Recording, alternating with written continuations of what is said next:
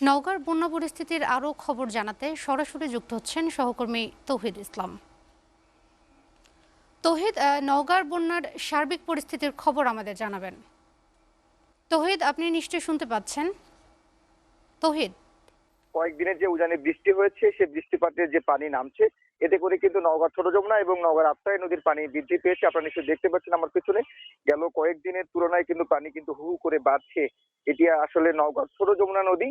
আমরা এই নদীর কথা যদি বলি, তাহলে ছোট যমুনার আত্রাই নদীর লিটন ব্রিজ এলাকা পয়েন্টে কিন্তু বিপদসীমার 7 সেন্টিমিটার নিচ দিয়ে বর্তমানে পানি প্রবাহিত হচ্ছে। যদিও পানি বৃদ্ধি পেয়েছে নদ নদীগুলোর, কিন্তু এখন পর্যন্ত কিন্তু বিপদসীমার উপরে কিন্তু এখনো পানি ওঠেনি।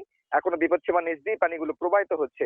নওগাঁর আত্রাই নদীর শিমুলতলি পয়েন্টে বিপদসীমার 172 সেন্টিমিটার নিচ দিয়ে কিন্তু প্রবাহিত হচ্ছে পানি বর্তমানে।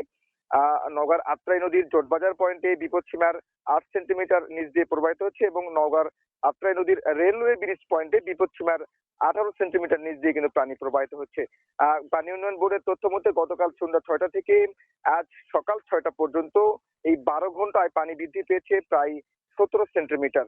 আর নওগাঁ পানি উন্নয়ন বোর্ডের কর্মকর্তারা বলছেন, যেহেতু পানি উজান থেকে নেমে আসছে, যার ফলে কিন্তু নদীগুলো ফুলে ফেঁপে উঠছে এবং তারা কিন্তু যেসব নদীর বাঁধ রয়েছে, যেসব বিপদগামী যেসব বাঁধ রয়েছে, সেগুলো কিন্তু মেরামতে তারা কিন্তু উদ্যোগ নিয়েছে। যেসব জায়গায় আসলে দুর্বল বাঁধ রয়েছে, সেই বাঁধগুলো কিন্তু তারা বিভিন্নভাবে পলি ব্যাগ দিয়ে বা জিও ব্যাগ দিয়ে বা অন্যান্য যে উপায় আছে, সেগুলো দিয়ে কিন্তু তারা সেই ভাঙ্গা বাঁধগুলো মেরামত করার চেষ্টা করছে এবং পানি উন্নয়ন বোর্ডের পক্ষ থেকে কিন্তু সাধারণ মানুষকে বলা হচ্ছে, বিশেষ করে যারা নদীবর্তী যারা বসবাস করেন, সেসব মানুষদের কিন্তু বলা হচ্ছে সাবধানে থাকার জন্য। আর এখনই আতঙ্কিত হওয়ার কিছু নেই, কারণ যেহেতু যে পরিমাণ পানি আসলে বৃদ্ধি পাচ্ছে নদীর, আবার সে পরিমাণ পানি কিন্তু নিচের দিকে নেমে যাচ্ছে। অর্থাৎ এখনই আসলে আতঙ্কিত হওয়ার কিছু নেই।